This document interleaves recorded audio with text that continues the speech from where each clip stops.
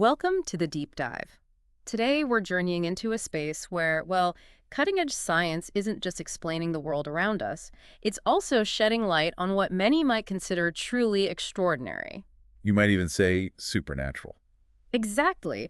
We're talking about the incredible potential within you to heal your body, maybe create new opportunities, and just experience these profound shifts in your life. And crucially, not through magic or, just wishful thinking. Right, but by consciously mastering your inner world, your thoughts, your feelings. That's really our mission for this deep dive, isn't it? To unlock that extraordinary human potential.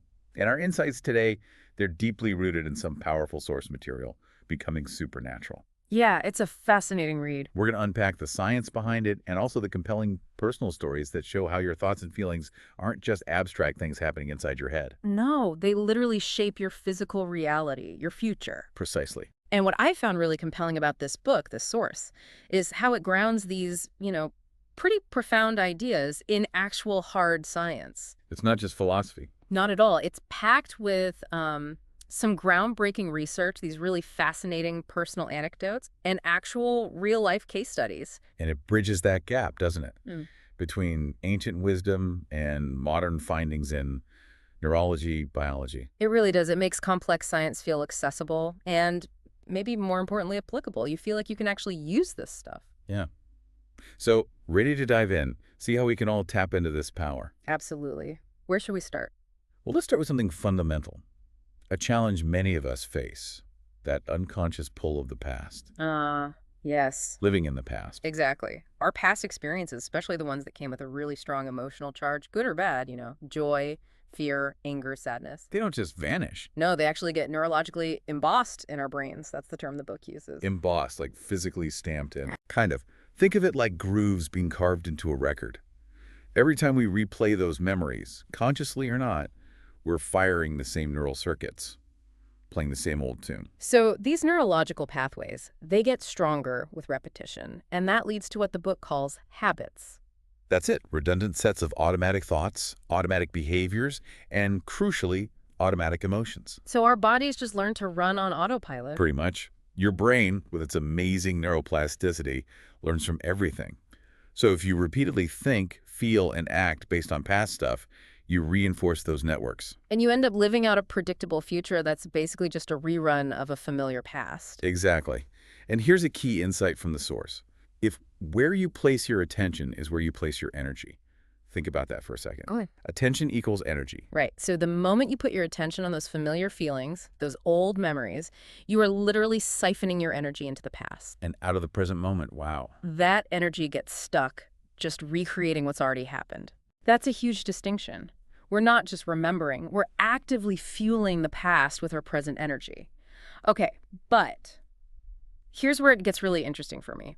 Mental rehearsal. Ah, yes. The power of the mind. Science now shows pretty definitively that our brains and bodies respond to vividly imagined experiences as if they were really happening. Can you give us an example? Oh, definitely. There's a fantastic Harvard study. Piano players. Okay. One group physically practiced scales on a piano for 5 days, hands-on keys. Standard practice. The other group just imagined playing the piano for the same amount of time. Never touched a key. Just mental practice. And what happened? The results were astonishing. The group that only mentally rehearsed developed new neural circuits in their brains, almost identical to the ones who physically practiced. No way. Just by thinking about it. It's by vividly imagining it. The brain, it seems, doesn't really differentiate strongly between a real external experience and a detailed, internally created one. That's incredible. It reminds me of those muscle studies, too, where just mentally rehearsing exercises led to physical changes, like muscle strength gains. Exactly the same principle. So, okay, let's connect this. If your brain and body are that responsive, imagine waking up and the first thing you do is mentally rehearse your day, but with frustration or worry or dread. Which, let's be honest, happens a lot. Right. You're actually conditioning your brain and body for that future before the day even starts. You're setting yourself up. You're literally pre-paving the way for more of the same negative experience. Okay, so for someone who feels stuck, maybe they've embodied a past trauma or just a negative loop for years. Yeah. But what's the first step out? How do you break that pattern?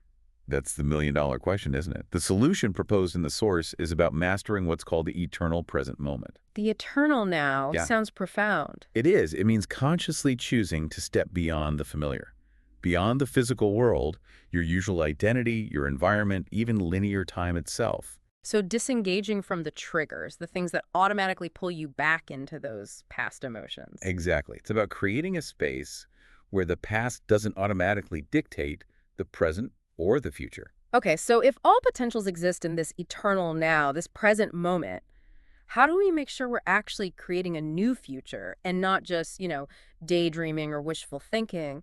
What turns potential into reality? Emotion. That's the secret ingredient, according to the source. There's motion. Yes. True change, creating that new future, isn't just about thinking about what you want. It's about feeling the emotions of that future now, as if it's already happened. Ah, okay, so thought plus feeling. Precisely. When you elevate your emotions, gratitude, joy, freedom, love to match the thought of your desired future, you're broadcasting a new energetic signature. You're telling your body, the unconscious mind, to get on board with this new reality. Bringing the body along for the ride. That makes sense. Speaking of creating new realities, the book shares some really powerful stories. Anna's story, that one really stuck with me. Oh, Anna's story is incredibly moving and so illustrative of these principles. Her journey starts with just an unimaginable tragedy, right? Her husband's suicide. Yes. And that event, as you can imagine, triggered this overwhelming cascade of negative emotions. Sadness, grief, guilt, anger, just immense suffering. And it wasn't just emotional pain, was it? It manifested physically for her. That's right. She developed paralysis from something called neuritis. Severe inflammation in her nervous system that literally shut down parts of her body. She couldn't move freely. Wow. So she was trapped physically as well as emotionally. Completely. Yeah. And later, she was diagnosed with esophageal cancer. Her whole personality, her whole being became defined by this suffering, constantly reliving the past, firing those same neural circuits, feeling those same emotions. Even though she was a psychotherapist herself and understood it intellectually. She was still trapped in that cycle until the turning point. The lecture she attended, that aha moment. Yes. She had this profound realization. If I created the life I have now, maybe I can uncreate everything with the same passion I created it with. What a powerful thought. Taking responsibility, but also reclaiming power. It shifted everything for her. From that moment, she committed herself. Daily meditations, but not just quiet sitting actively, consciously choosing to cultivate elevated emotions. Like love, joy, gratitude, feeling them with the same intensity she'd felt the grief. Exactly. She understood intuitively and from what she was learning that just as stress chemicals had switched on unhealthy genes, Leading to the neuritis and cancer. these elevated emotions could signal new genes to make healthy proteins, to literally change her biology from the inside out. And the outcome. It was profound. Anna experienced incredible healing, full recovery. She overcame the paralysis and the cancer. Her story is just this powerful testament to the idea that your body, your unconscious mind, responds to your internal state. If you can create disease through stress and trauma, you can create health through elevated emotion and clear intention. That seems to be the message. Which leads us nicely into another really fascinating idea: liberating the energy that's often trapped within us. Energy centers, like chakras. Yes, that's the traditional term. The source describes them scientifically, though. Each center has its own individual little brain, basically, a plexus, a bundle of neurons, Okay. plus associated glands, hormones, specific chemistry.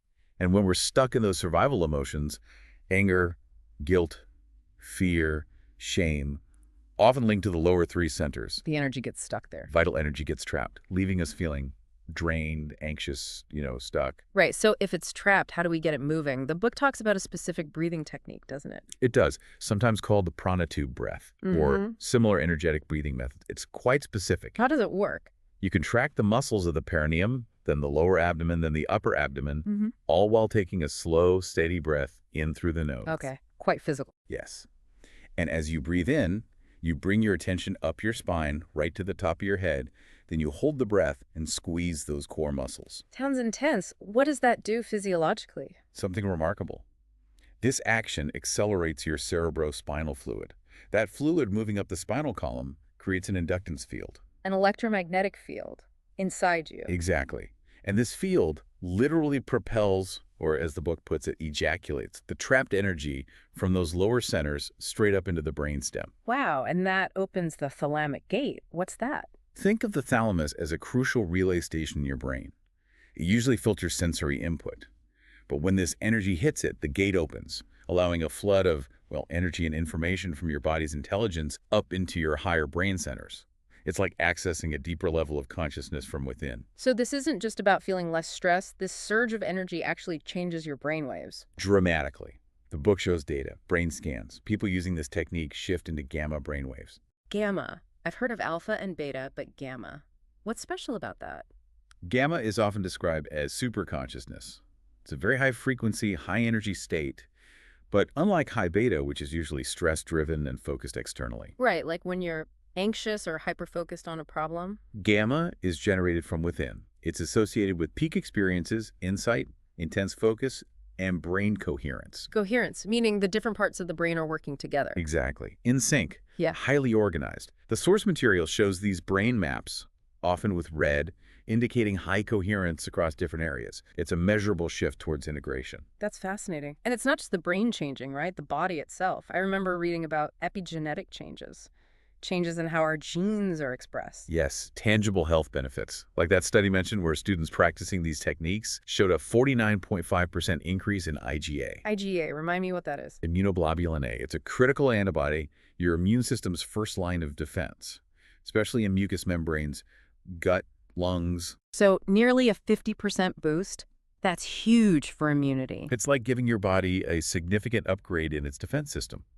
And it happens because this whole process, the elevated emotions, the breath, the energy movement, signals new genes ahead of the environment. Ahead of the environment, meaning? Meaning your body starts responding as if the desired healing or the new future reality has already happened.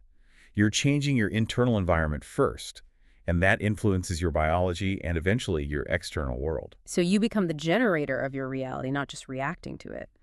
Which brings us to how easily we are influenced, right? How much we get programmed by external stuff. Absolutely. Think about media, advertising, commercials, as the source points out, are often designed to trigger self-limiting beliefs or survival emotions. Making us feel like we need something external to be happy or safe. Exactly. Dependent. But what if we could consciously reprogram ourselves internally? That's where tools like mind movies come in. Yes. Personalized visual films. You create them yourself, showing your future goals, your desired life. And kaleidoscopes, too. How do they work? The kaleidoscopes, with their geometric patterns, are designed to kind of mesmerize the analytical mind, to bypass the constant chatter. So using these tools, maybe with eyes open, helps shift your brainwaves out of that critical beta state. Into alpha and theta, states associated with relaxation, creativity, intuition. It activates the right hemisphere more, the part linked to the unknown, to possibility. It opens you up to reprogramming yourself into these, well, supernatural states. Okay, explain a mind movie a bit more. Is it just pictures? How do you make one effective? It's more than just pictures. It's a short, dynamic film. You pick images, short video clips that really represent your future self, your goals, the experiences you want. So very specific visuals. Yes, and crucially, you pair them with uplifting music, maybe affirmations. The real power comes from engaging multiple senses and, most importantly, connecting the visuals with the feeling. The elevated emotion again. Exactly. If you want a new career, don't just show an office. Show images that evoke the feeling freedom, passion, abundance. Play music that makes you feel empowered. So by watching this, feeling it, you're conditioning your brain and body for that future, making the internal more real. You got it. You're rehearsing your future. And it can go even deeper. Deeper how? The really advanced technique involves unfolding into a particular space and time, mentally immersing yourself. Like a virtual reality experience, but created entirely inside. Kind of. Engaging all five senses in an internal three-dimensional experience of that future.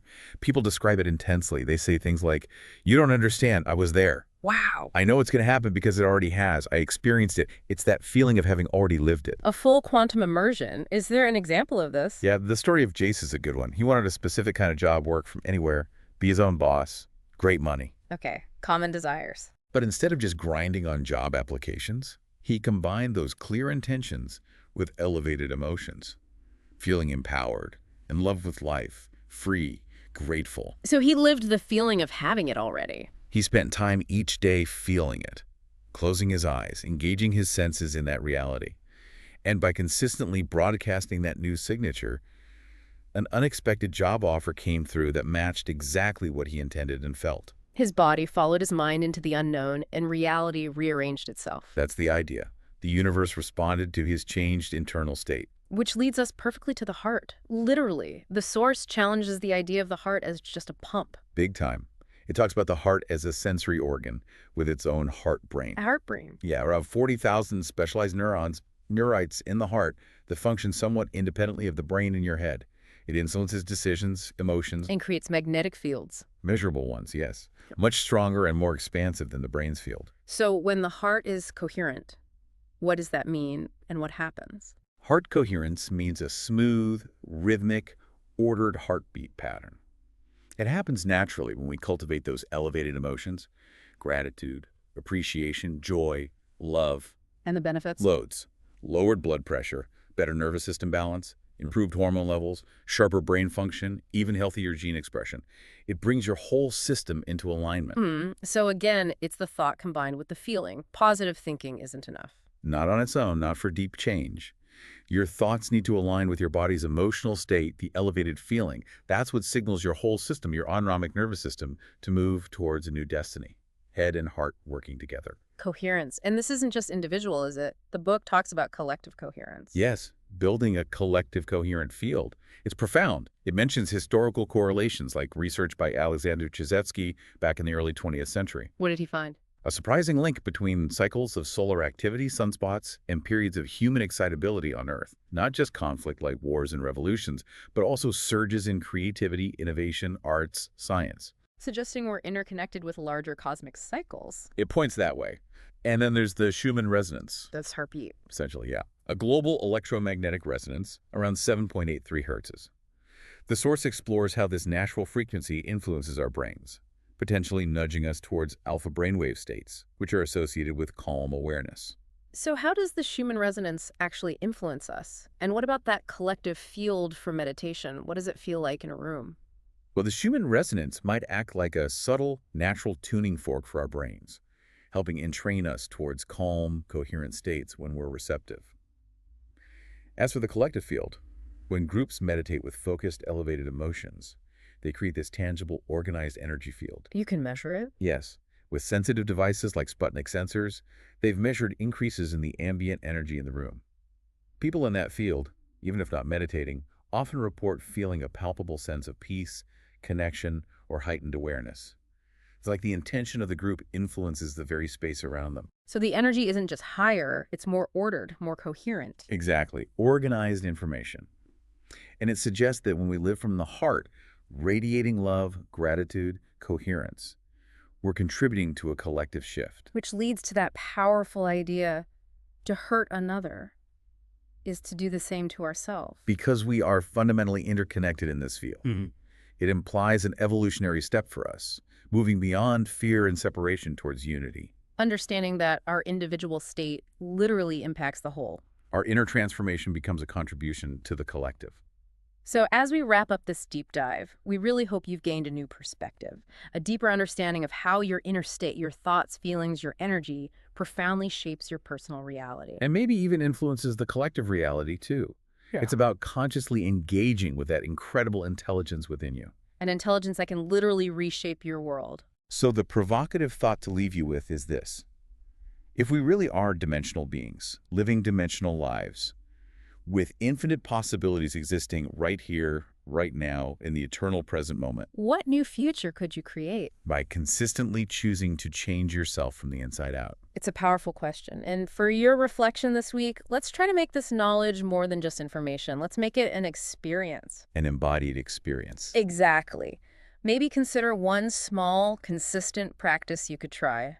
Just a few minutes each day. Perhaps cultivate an elevated emotion, gratitude, joy, appreciation. Really feel it in your heart, in your body. And then maybe mentally rehearse a desired future. Don't just think about it, engage your senses.